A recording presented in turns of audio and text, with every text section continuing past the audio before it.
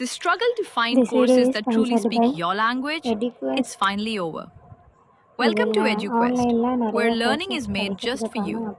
At opportunities EduQuest, கிடைக்கும். we bring you a wide range of online EduQuest courses, மூலமாக from career online building courses நிறைய programs to இருக்கும். skill career boosting building, masterclasses, all skill in your boosting, regional language. Because we இந்த believe மாதிரி நிறைய opportunities language should இருக்கும். never ஸ்டாக் be a barrier மார்க்கெட்டில் to நீங்கள் எப்படி success.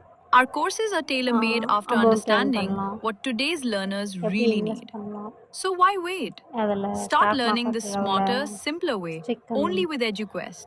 Visit tricks eduquest.courses and explore இது your எல்லாமே next course இதில் today. சொல்லி தருவாங்க. And hey, don't miss out on our exciting offers and EduQuestல promotions. Join பண்ணிங்க. இந்த வீடியோவில் நம்ம பார்க்க போகிறது பிடிஎஃப் மெர்ஜ் அப்படிங்கிற ஒரு அப்ளிகேஷன் பற்றி தான் பார்க்க போகிறோம். ஒரு பிடிஎஃப்பில் அந்த பிடிஎஃப் மெர்ஜுக்குள்ளே இவ்வளோ ஃபீச்சர்ஸ் இருக்குது.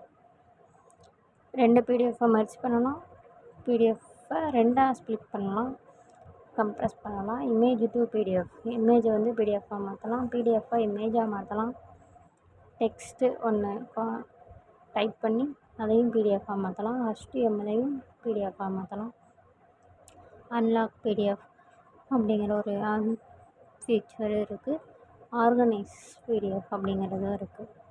இப்போ நான் டெக்ஸ்ட்டு டு பிடிஎஃப்பில் போய்ட்டு சும்மா ரேண்டமாக ஒரு சென்டென்ஸ் 2 சென்டென்ஸ் டைப் பண்ணி we are most important to each other, we are connected with universe அப்படின்னு ஒரு டெக்ஸ்ட்டை டைப் பண்ணிவிட்டு டிக் கொடுத்தோன்னா அது வந்து ஒரு பிடிஎஃப்பாக சேவ் ஆகுது.